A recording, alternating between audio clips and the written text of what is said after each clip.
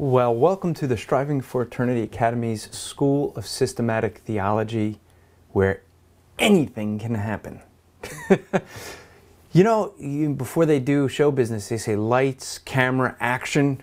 Yeah, we had lights, camera, dead internet.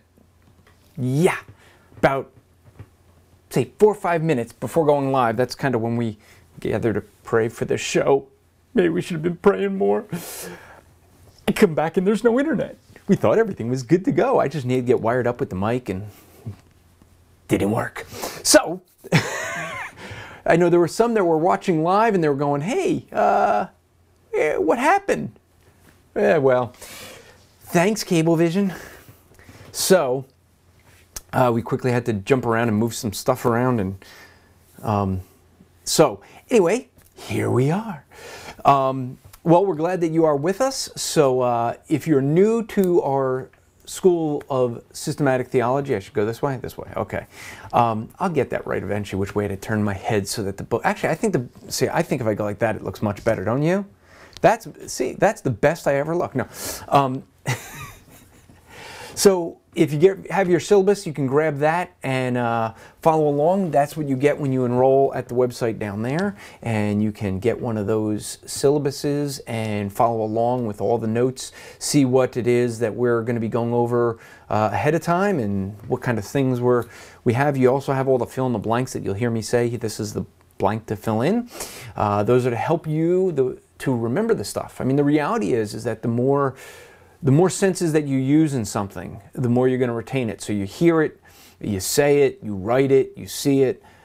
You're using more of your senses. It's a better chance you're going to retain it, and that's why we do that, so that you have a better chance of remembering what it is we're trying to teach. So, well, okay, that's for those who are paying attention in class. That's true. Someone this week told me that I needed to get glasses. They weren't paying attention 2 weeks ago when I said that someone bought me glasses so that I can see. It's really not that I can't see, because I actually don't need the glasses. It's just that I guess I read too quickly, some say on Facebook. And I post just to see if I can get a totally different distraction on the post. I mean, who wants to talk about the Hollywood Noah movie? Seriously, there's better things we could talk about. Anyway, but... we are in, if you have your syllabus, we are in book number 2 of the syllabus. That's the second book of our 4-book series of systematic theology. So book number 2, we are in section number 2. Section 2 with the Doctrine of Sin. The Doctrine of Sin. And we are looking specifically this week at lesson number 4, still in the initiation of sin, which is how did sin get into the world? Now, when we looked at this, we mentioned that, that was nice, just as way of review, we looked at sin's initiation into the universe. And when we looked at the sin's initiation into the universe, we first mentioned that, cool. That was a neat one. God is not the initiator. In other words, that God is not the initiator of sin. And we had several reasons why God would not be the initiator. One was... okay. Someone's playing with the slides and having fun. There's no unrighteousness with God. There's no unrighteousness with God. Another reason was that God cannot do wickedness. God cannot do any wickedness. We also saw that it can't be God because God hates workers of iniquity. So God, He doesn't, that bothers some people, I guess, that God hates workers of iniquity because they think God loves everyone and therefore He must love everybody. But how could He hate people who do evil? We talked about that when we were looking at as Satan was the initiator of sin into the universe. That was the broadest scope. So we looked at the fact that God made man upright and perfect. And then we saw that God is holy. Okay, so God was holy. So therefore, we saw that Satan was the initiator of sin. Satan was the initiator of sin. And then after that, we looked last week at the fact that sin's initiation into humanity was through Adam. Declared good. That's a new one. Okay. We're going to see that one again? Okay, let's do that one again. Okay, so Adam was declared good. We saw that Adam's temptation was external. We also saw, oh, that was neat. We'll do that one again. That Adam's sin was deliberate. And, oh, that's cool. I just got Xeroxed. Oh, we lost connection? Is that, really? Okay, well, we're still recording now? Okay, well, we're going to keep going then. I'm told that we're still recording, but we lost connection. We have no idea if this is going on live or not. But one of the things with this, I do want to spend a little bit of time here on this idea of the deliberate sin. The reason I want to focus on this is because there are people that get hung up on this notion that somehow they can sin without it being a conscious decision. Okay, in other words, they sin, but it's not willful. What we have there is that we have a case where there are people, typically you see us in a group of people that are called sinless perfection.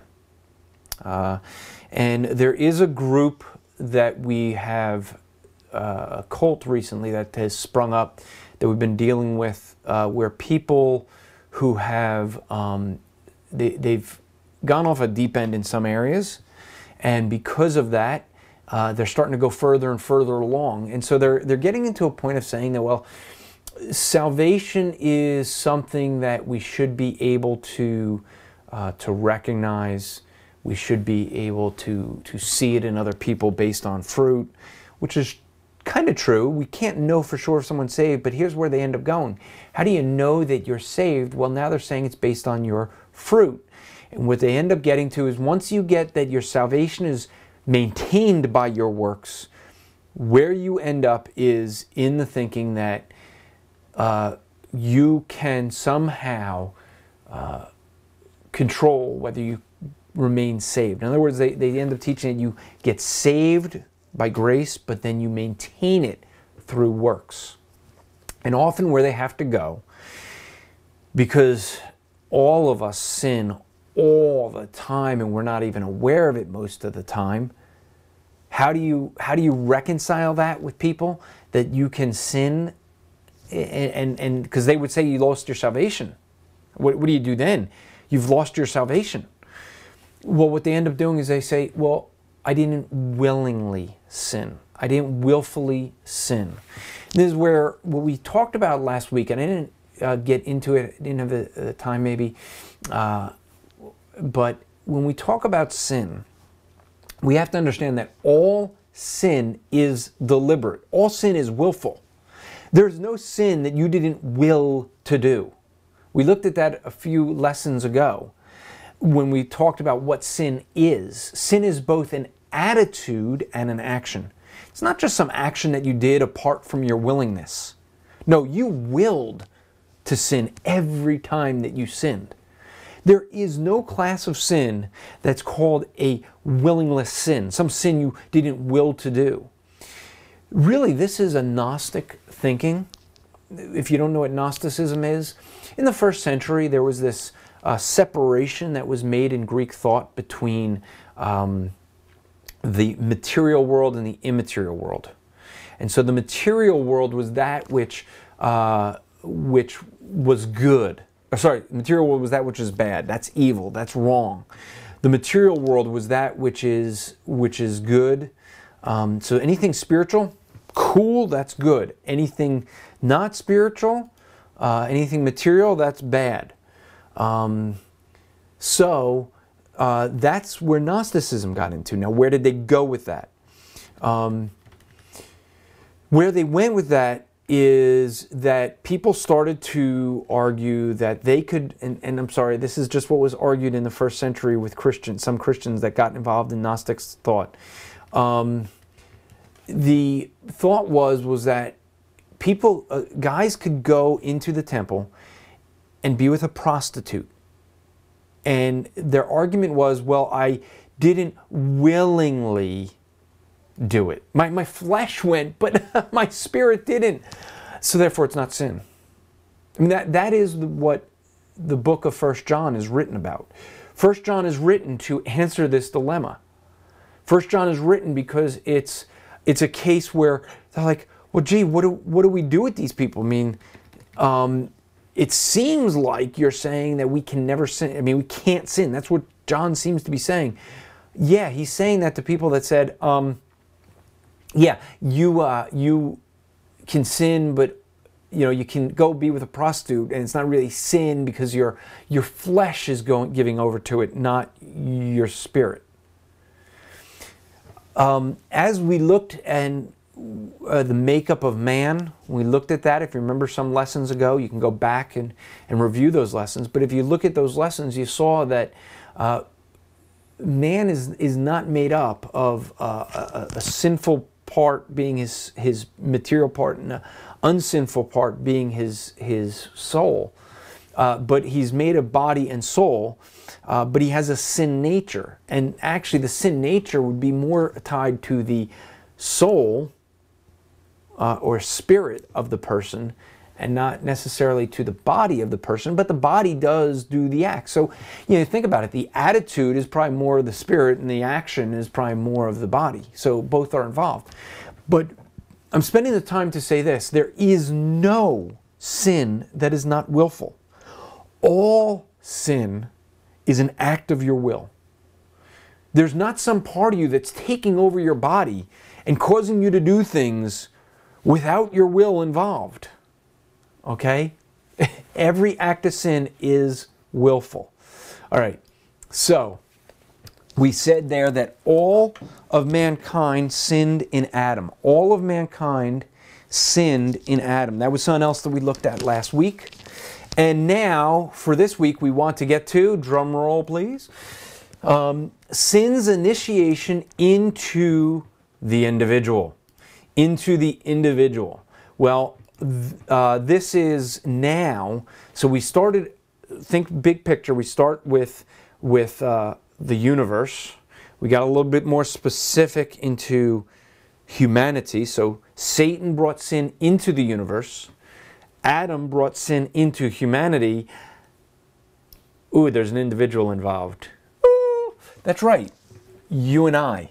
And this we're going to look at as depravity. Sin's initiation into the individual, and it's known as depravity. I'm going to grab my notes here and put them here since I was running around crazy before show. I had my notes up here. Now they're here. Yes, I read the notes too. You know why? So I know where the blanks are. I got in trouble because I forgot to give some of the blanks one class, and it was because I just was going with the class from memory. So if you actually see me looking down a lot, it's because I'm usually trying to look at the notes that I have here. See, this is my syllabus. See, I got a syllabus too. It's filled in. See, that's what yours should look like. You see, can we does that come up? Oh, I just gave you the blanks. I shouldn't have done that. Now you could cheat. It's like having the answers to a quiz before the test. I know none of you guys ever did things like that in school. I know you were good students. You just don't bring your Bibles to class. But sin's initiation into the individual. This is a doctrine known as depravity. And I know some of you have suddenly went, Calvinism, heretic, heretic. I understand that. There's probably others of you that went, cool, Calvinism, yay! I didn't say anything about Calvinism, did I? No, depravity is a reality. Okay? Whether you want to think it's Calvinism or not, and you want to get into those debates, the reality is that we'll get to those things of when we get into the doctrine of salvation. But remember, I said these early lessons are important. People jump into this Calvinism, Arminianism debate, and you know why they debate it? They debate it because quite frankly, they didn't start their theology at the beginning of the class, right? They start at salvation. They start debating these things. And it's like, what are you debating? What are you arguing over when you don't even understand the basics of these things, right? I mean, so much of that whole debate, as we'll see, can be answered if you understand the attributes of God. I mean, you understand that He's outside of time and He's omniscient. It solves most of the debate. It really does, I think. And I mean, how could I be wrong? Just saying. All right, so what we end up with is we end up looking at this and seeing that there is a notion here of the depravity of human beings. And I want to spend a little bit of time to discuss this in the area of sin before we get into discussing the doctrine of how we get saved. Okay?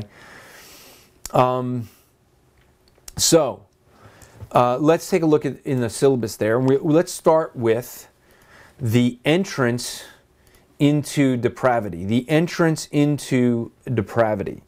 So when we look here, we see that since all of mankind sinned in Adam, each individual is born in a state of sinfulness. That's your blank there, sinfulness. So we're born in Adam, and because we're born in Adam, we have this sin nature.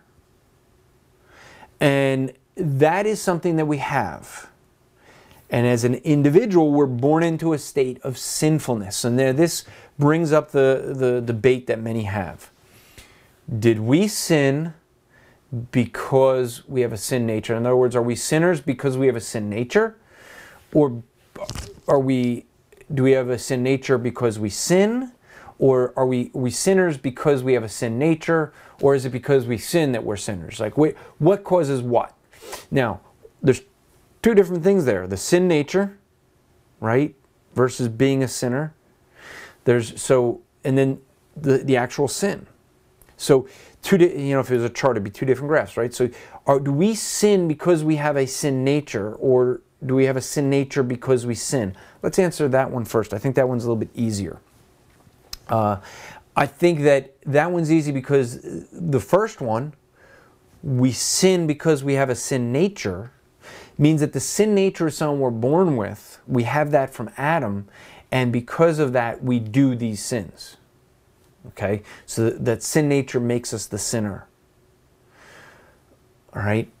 So the sins that we do are because we have that sin nature. The latter one, we sin that, therefore we have a sin nature, means that we would have gotten a sin nature. In other words, this one is the doctrine where people argue that we are born spiritually neutral and we're actually kind of good until we sin and then we get a sin nature. Those are people that have an issue with original sin. And so they argue that it's because we sin that we get a sinful nature. In other words, when it talks in the Bible, in Romans 3, we have that. Okay, so let's go to Romans 3. That's a little bit of a lengthy one, but you'll see here that we have sin within us. It says, Romans 3, 10 to 23. As it is written, none is righteous, no, not one. No one understands. No one seeks after God or for God. All have turned aside. Together all have become worthless. No one does good, not even one. Their throat is an open grave. They use their tongues to deceive. The venom of asps is under their lips. Their mouth is full of curses and bitterness. Their feet are swift to shed blood. In their path their paths are ruin and misery. And the way of peace they have not known. There is no fear of God before their eyes. Now we know that whatever the law says, it speaks to those who are under the law, so that every mouth may be stopped, and that the whole world may be accountable to God. For by works of the law, no human being will be justified in his sight, since through the law comes the knowledge of sin. But now the righteousness of God has been manifest apart from the law, although the law and the prophets bear witness to it, the righteousness of God through faith in Jesus Christ for all who believe, for there is no distraction. For all have sinned and fall short of the glory of God. Hold that up there for a second, all right? I want to go through this and give the argument here. No one is righteous, no, not one. Now, if you look here, it says in verse 12, all have turned aside. Some argue that we're born neutral, and then because we turn aside, all these other things are now true of us. But that's not the case, because what we end up seeing is that we see in David, speaking in his mother's womb, he was conceived in sin. In conception. Now, some argue that one away by saying, well, David's mother had an adulterous relationship, or must have done something that was sinful in conceiving him. Sex before marriage or something. There's no record of that. Historically, there's no record of that. There's no record anywhere of anyone believing that, other than people that are trying to get away from this concept that we're born with a sin nature. That's the only way you get around that. Because that's the key verse to say that we're at conception we have this sin nature. Okay? And the rest of those things, all those evil things you saw people were doing, is because they have that sin nature. And so the issue being is, I think that we sin because we have a sin nature. It's not that we're born neutral and then we sin, and that's what gives us this flesh, this sin nature, that thing that we have to deal with. And let's look at that. Let's put that up again for a second and look at the end of that. He talks about the law, right? He's talking about the law of God. And in that law, and you see that in verse 21 there, really 22 and 21, but you see there that he talks about the law. What's he talking about with the law? What he's saying with the law is that the law, where's the law written? The law is written in our heart. The law is the moral law of God. So we all know, we have a conscience, we know right from wrong. Therefore, what's he saying? In that verse he says, every human being is accountable unto God. Why? Because they knew right from wrong. They're not off, they're not excused, right? I like how my buddy Cy says it. You know, if it was that, you know, that somehow people don't know about Jesus, that they go to heaven, then we shouldn't send missionaries, we should send wall builders, right? I mean, build a wall and protect those people from ever hearing about Jesus. Because once they hear about Jesus, now they're accountable. That verse there in Romans chapter 3 says that they're accountable because they know about the law. They know about the law because it was written in their heart. And so it's because of that that they're going to be judged. Every man is accountable. He's without excuse. Okay? So what we see in that verse is really that it's not as some will try to argue that we have a sin nature because we sin. Now the question is, do we sin because we have a sin nature? So which came first, the chicken or the egg, right? The cart or the horse? Which is it? Is it that because we have a sin nature, that's what causes us to sin, and make us a sinner? Or is it that we're sinners, therefore we sin? So are we sinners because we have that sin nature? That sin nature makes us a sinner, or we sin and that's what makes us a sinner? Like what is it? Well, does it really matter? I mean, we argue. Some people argue over those things, but the reality is, all of us sin. I had this discussion with someone this week, and I said, they were like, but you know, what about, you know, those children that never sinned? What child never sinned? I mean, at birth, what is the very first act a child does? Cries selfishly for milk. Was he doing some willful sin in the womb, he or she? Probably. Probably those kicks to mom were, hey, I'm uncomfortable here, right? I mean, could we have been sinning in the womb and we just don't remember what it was like in there? I don't know. But I would argue that we could have. Why? Because we had a sin nature. And that's what causes us to sin. So the argument is really what people are trying to do is say, is it our fault? Like, did God make us a sin, give us a sin nature, and therefore it's because of God that we sin? We already addressed that, I hope, when we looked at the reasons why it can't be God as the initiator of sin. Okay? We sin because we have a sin nature. But we do sin. It's still, that sin is not, we can't blame it on the sin nature. We can't blame it on God and say it's because you cursed us that we sin. No, we are accountable for the sin that we do, but we do sin. And we are sinners because we sin. But we also have a sin nature, okay? All right, I hope that's clear as mud. Let's look at our syllabus now. The passing of Adam's sin into humanity is called the imputation. Imputation, that's that word there. I'm going to get into that in a moment. The imputation of sin. Okay? Imputation is a bookkeeping term that connotates God's calculating of one's sin to his or her account. This is the same term that's used when we talk about the doctrine of imputation in 2 Corinthians chapter 5, verse 21. He that knew no sin became sin for us, that we might have or be the righteousness of God. That's the doctrine of imputation. On the other side, the salvation side. So this is the side that Adam's sin, Adam's act is imputed unto us, accounted unto us. As a bookkeeping term, he's accounted unto us. Just the same way that Christ's righteousness, and you see this in Romans chapter 5, we looked at this last class, I believe, Romans 5:12 and following, where the righteousness of Adam, or sorry, the sinfulness of Adam is imputed unto us, passed on to us, accounted unto us, the same way that when we become believers, the righteousness of Christ is accounted unto us. Same way. We have the righteousness of Christ, but it's not through our acts, it's through Christ's acts, but it's accounted unto us.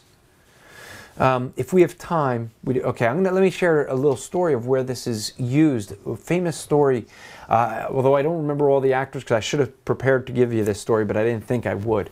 But there were, I think one of the Caesars, I think it was Augustus, but he was coming to inspect his troops, inspect what the army and what was going on, and there was, I guess, a general who was misappropriating the funds. Misusing the funds, and he was I think gambling and buying things using the government funds, and it was a huge debt, something that was beyond his ability to pay it. And he was sitting there with the ledgers open, the books are open, and here's all the debt that he owes. And he was preparing to take his life. And I believe, as the story goes, is that he actually had a letter where he was explaining why he was going to take his life. And he was just sobbing.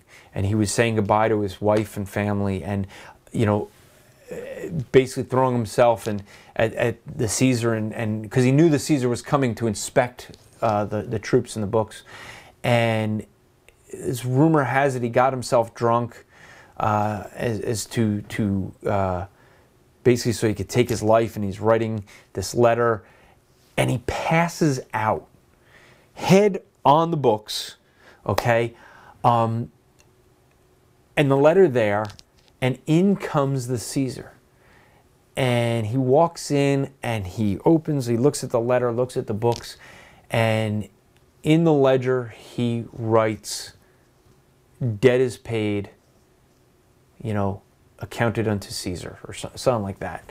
I forget the exact wording, but basically what he was doing is he was imputing, accounting for that debt. Okay, and so he took it upon himself, and now that's his. He's making accounting for it. It's a bookkeeping term. That debt is now, you know, he's got the account of it. But that's the idea. It's that we inherited, imputed. Adam's sin was imputed unto us. And that's what gives us the depravity. Now, want to take some time. I should have said this up front because we probably lost some people once I mentioned the word depravity. And they went, oh no, I can't have any of that. let us spend a little bit of a time in an explanation of depravity, okay? We need to explain this idea of depravity. And the reason we need to explain it is because there is a lot of issues that people have when they talk about depravity. They suddenly get some ideas in their head and some wrong ideas that people have, and we need to clarify some of these issues, okay? So that we know what depravity is and what it's not. So let's start with what it is not. Depravity does not mean that an unsaved individual has no disposition nor tendency to do good. That's your blank there, to do good. Let's look at Romans chapter 2 and verse 14. When Gentiles who do not have the law by nature do what the law requires, they are a law unto themselves, even though they do not have the law. This means the written law, the books of Moses, the law of Moses. Even though they don't have that law, they do know because they have the law of God written in their heart. In other words, what this says is that a person who is unsaved can still do morally good things. He can choose between two moral things, one evil and one good, and choose to do the good. That is something he can choose to do. Now, the argument then is, but can he do that morally good thing in a way that's pleasing to God? No, he may do that moral thing and it's still an act of selfishness, okay? He's still acting selfishly in his goodness. So it's not goodness that will earn him merit with God. So let's separate those two. We're talking about moral choices. Making moral choices. Not making salvific choices, being that they save. Okay? So another one is that, so not only not only the first one is he has no, it doesn't mean that he has no disposition to do good. Second is that it does not mean that he never does anything religious. That he never does anything religious. Matthew 23 and 23 says, "Woe to you, scribes and Pharisees, hypocrites, for you tithe the mint and dill and cumin, and have neglected the weightier matters of the law, justice and mercy and faithfulness. These things you ought to have done without neglecting the others." In other words, what he's saying there is that they do religious things. I mean, people that are depraved do religious things. They could do good things, they could do religious things. Next is that it does not mean that depravity does not mean that the unsaved individual is as wicked, that's your blank there, as wicked as he possibly could be. When people talk about total depravity, they think it means that you can't do any good. You do as wicked as you can. No, not all of us are Hitler, okay? We're not as wicked as we could be. 2 Timothy 13. While evil people and impostors will go from bad to worse, deceiving and being deceived. In other words, they go from bad to worse. Whoop, what was that? Okay. They go from bad to worse, being that they have to have been, they're not as wicked as they possibly could be if they go from bad to worse. All right? And lastly there, it doesn't mean that they will indulge in every kind of sin. That's your blank there, kind. So in other words, an unsaved person is depraved. It doesn't mean that they can't do good. They can do morally good things. They can do religious things. It doesn't mean that they're going to be as wicked as they possibly could be and that they do and indulge in every kind of wickedness. No. Okay?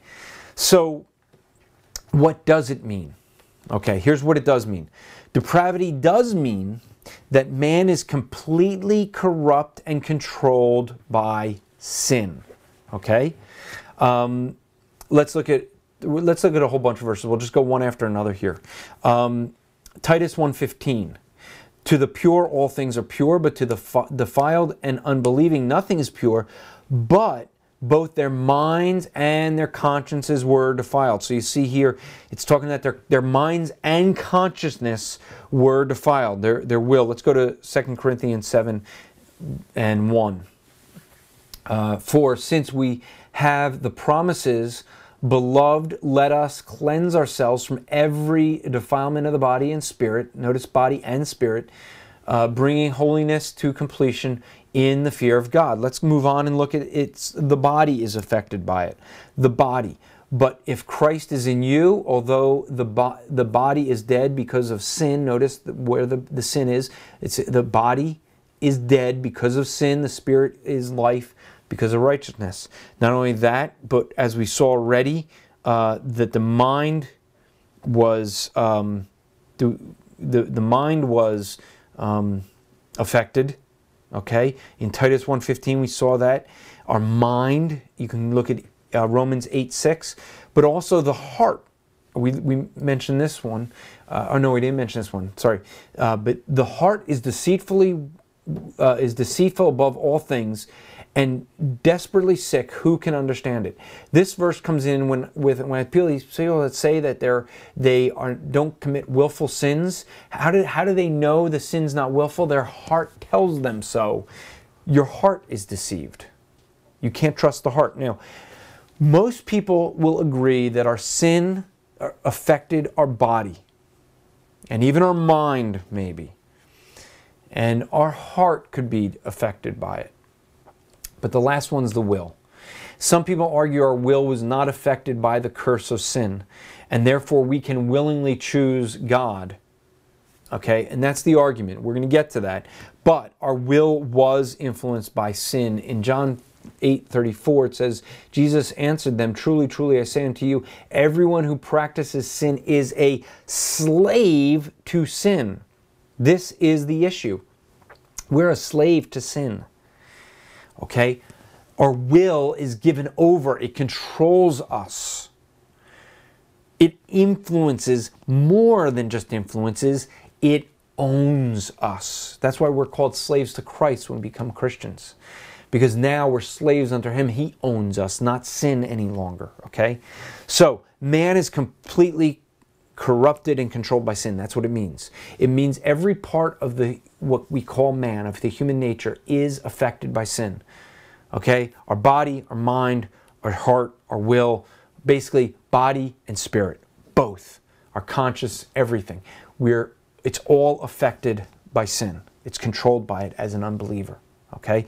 Next point there in your syllabus. By God's standard, there is no spiritual good in the sinner. The blank there is good. There's no spiritual good in the sinner. I'm being very specific there. What do I mean? You can't do good works that will earn you, merit you righteousness with Christ. Okay? In Isaiah, we have all become like one who is unclean, and our righteousness and all our righteous deeds are like a polluted garment. That's actually, sorry to describe it this way, that in the Hebrew it means a minstrel rag. We all fade like a leaf, and our iniquities are like the wind that take us away. So what we have there is the fact that all of those righteous things that people are trusting in, all those good works they think are going to earn them heaven, those are actually the most disrespectful things you could have. I mean, think about it. God died for us as a payment, and we say, oh, hey, thanks for doing that, but look at what I did. That should count more. That's pretty disrespectful when you stand before God and He says, hey, this is what I did, and we say, no, look at what I did. That should count more than what you did. That's why those righteous works are like filthy rags. They're not spiritual good, okay? A sinner cannot do anything to change his preference. John, I don't know if we're going to have time to read this. Well, okay, let's do it. 1 John 1, 8 to chapter 2, verse 2. Sometimes chapter breaks just aren't in good spots, but if we say we have no sin, we deceive ourselves, and the truth is not in us. If we confess our sins, He is faithful and just to forgive us our sins and cleanse us from all unrighteousness. If we say we have not sinned, we make Him a liar, and the word is not in us. My little children, I am writing these things to you that you may not sin. But if anyone does sin, we have an advocate with the Father, Jesus Christ the righteous. He is the propitiation of our sins, and not for ours only, but for the sins of the whole world. So what you see there in that passage is that a sinner cannot do anything to change his preference. A leopard can't change his spots. We in ourselves, no matter how much we will it, this is what it says, we don't have this one, but in John chapter 1, verses 12 and 13, where it says that, it basically gives an argument that salvation is a gift of God, okay? And he says that this, we are called the children of God, okay? You know what? I just want to look it up because I don't want to misquote it. So I know we don't have time. Yeah, here I got my time thing here. Look, we got what is that? 8 minutes left. Thanks. I have to bring that, otherwise I get in trouble. And I'm in Romans, not John. It'll take me longer if I can't look it up. You're distracting me. I'll tell you. All right, so he says here,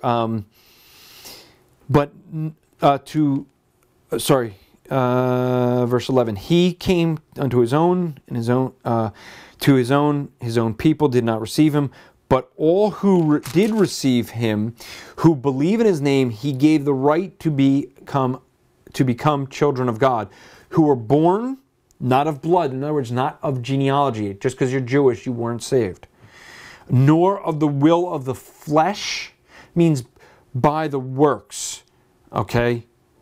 The will of the flesh by the works, those things that people are trusting in, those righteous works, nor by the will of man. In other words, the great desire. Just because I desire it, just because I really want it, doesn't mean it's going to come that way. What does it say?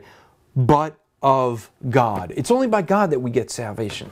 It's by God, what He does. That's how we get that. It's not by our genealogy, it's not by our works, and it's not by our desire. Okay? There's nothing within us that can desire it. That's the whole thing. That means this is how far-reaching this depravity, the sin into the individual is. It affects every part of our makeup. Lastly is that there is no possible means of salvation. That's your blank there, salvation. There's no possible means of salvation within the depraved sinner. Let's start with Romans chapter 1 and verse 18. For the wrath of God is revealed from heaven against all unrighteousness and all ungodliness and all unrighteousness of men, who by their unrighteousness suppress the truth. And let's move on to Ephesians 2, 8, and 9. Ephesians 1 first, 2:1 first. And you are dead in your trespasses and sins. And then Ephesians 2, 8, and 9, for by grace you have been saved through faith, and this not of your own, it is a gift of God, not of works. You can also look at Titus, I think it's 3:5. It's not by our works. There's no means, as you see in all those verses, there's no means in which you can save yourself. Okay? So the point of all this is to show that depravity is something that affects every part of us. There's not a part of us that's not affected. We can't somehow work it off, desire it off, or have it by our parents, okay? No, that's not the way it works, all right? I'm sorry, but it's not. That's all going to be important when we get into the doctrine of salvation, which is what we're going to start next lesson. We're going to start looking at the doctrine of salvation. And if you have a syllabus, which you should at this point, I mean, quick, come on, go online, go there, order one. It's not so bad. You can get one. We'll send it out to you. If you can't afford it, there's other people that give scholarships. If you can afford it, give a scholarship so others can have. All right? We're going to look at the Father and salvation. So we're going to actually go through salvation, looking through the Trinity. I know we'll eventually get that whole Calvinism, Arminianism debate, so hold your horses, hang on, we'll explain that, and you guys can all think I'm a heretic regardless. I mean, someone's going to think I'm a heretic, if they think I'm a Calvinist or they think I'm not a Calvinist. Either way, I'm going to be a heretic, so it's okay. Because there's someone that's always going to argue that. But I hope you understand this, because this is understanding the basis of what we're going to get to when we get into the debates that people are going to argue over. People are going to make the argument, and when we get there, they're going to be arguing because of these things, and we want to start by understanding some of these things, okay? The issue becomes something where we need to understand how far-reaching sin is, and it's far-reaching, okay? It influences every part of us. It controls every part of us, okay? That total part of our makeup, right? And so if you have any questions, you can email us. Email us at academy@strivingforeternity.org, academy@strivingforeternity.org. Real quick, before we go, I do want to mention the Ohio fire. The Ohio fire. It is going to be May this year, 2014. It'll be May 30 and 31st. Really want to make sure you get there. I will say this. One of the people that we're going to have as a brother of encouragement will be there. Okay?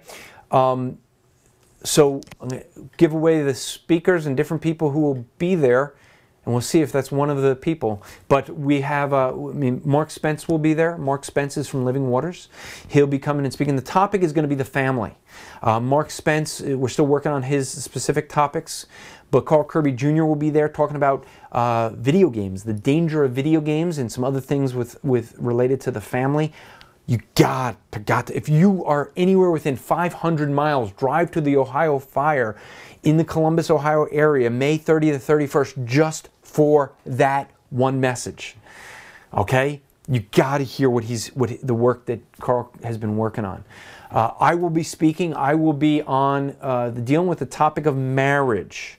The issue is, what is marriage? Who defines marriage?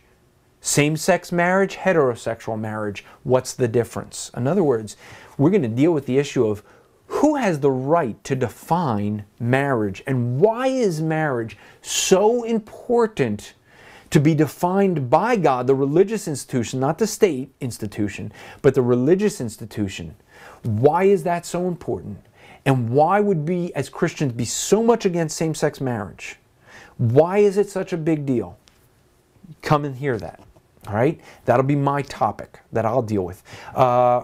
Ryan, who is Munich, who is from the state representative for Ohio for Living Waters, will be there. So if you're in the Ohio area and you want to get teamed up with some of the work that they're doing with Living Waters in Ohio, he'll be there. We're going to have probably the same 3 evangelism teams that were involved last year, so that they'll be involved. And so who will be the brother of encouragement that will be there? Well, we always want you to encourage others, and this week we want you to encourage Brother Mark Spence. Now, I found a website that hasn't been updated for like 2 years that Mark actually owns, and it's down there. So you could go check it out. But you can add Mark on Facebook in the Striving for Eternity group. It's a good place to become a member. Ask to join there, and we have discussion. We encourage the brothers publicly, brothers or sisters of encouragement publicly there. We also do it privately. So I encourage you to publicly encourage, because that's an encouragement to all of us, and then also privately encourage him every day this week. Find different ways you can encourage Mark Spence. Who is Mark Spence? Mark Spence is really the guy who did a lot of the work for 180 and Genius and Noah and God versus evolution versus God. He does a lot of that video editing. Mark he's a dear friend. I love spending time with him. He's a riot. He's very funny, and just loves people to death. And he's one of the famous things I loved. We were walking down the boardwalk in New Jersey, Mark and I. He was exhausted. I mean, so exhausted. He wasn't even speaking clearly. I mean, he was just that exhausted. And he literally was handing people gospel tracts and just going, and they were taking the gospel tracts. I was like, Mark, what did you say? He's like, I don't know. I'm just so tired. Mark's the only guy I know that can mumble and people will take his gospel tracts.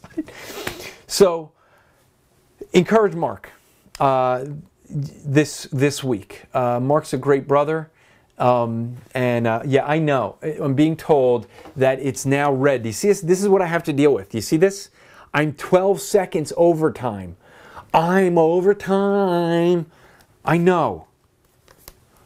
Some people just can't get over it. Do you guys mind if I'm over time? Look, no, it started up. Look, I'm 17 seconds over. I'm 18 seconds over.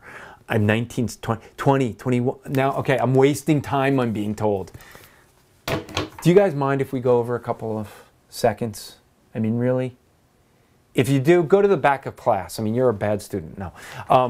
You're not getting, you know, if you really mind that, then I guess I'm not getting an apple for the teacher from you. Okay. So we do encourage you, though, to encourage Mark this week. Join and be part of the Facebook group. You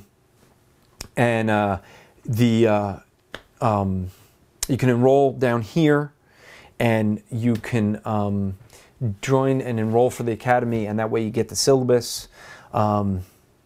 And so I'm being told, is that really? Okay, that's Ryan. That's saying, I'm being told that he does mind if I go late because he has a radio interview to go to. Now, what does that mean? So I'll make up for it by giving a shameless plug for his radio. Ryan has a YouTube channel, or no, sorry, a blog talk radio channel.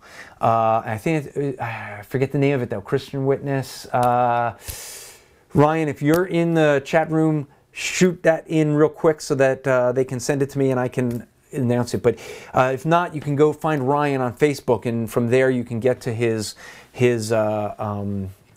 blog, his radio, blog talk radio. And so, what's that? Oh, to tell me it was censored? Okay, I was told that whatever you typed, I guess they. Okay, tell me. Okay, links are allowed now. Okay, so Ryan, if you could post that in again, he can. Okay, they censored it because it was a link. If you can post that again, they can get it. Those in the chat room, and then I'll announce it real quick. So there's a delay. Okay, there's a delay. So he probably doesn't know yet that links are allowed now. Okay, this is what happens when we have technical problems. The technical crew doesn't get everything all lined up, set perfectly. WitnessTalkRadio.org. WitnessTalkRadio.org. And maybe we'll have Ryan on to talk about that sometime. So just encourage you to encourage Mark Spence this week. And next week we will get into that doctrine some of you have been waiting for, the doctrine of salvation. Make sure you're there for it. And remember to strive to make today an eternal day for the glory of God.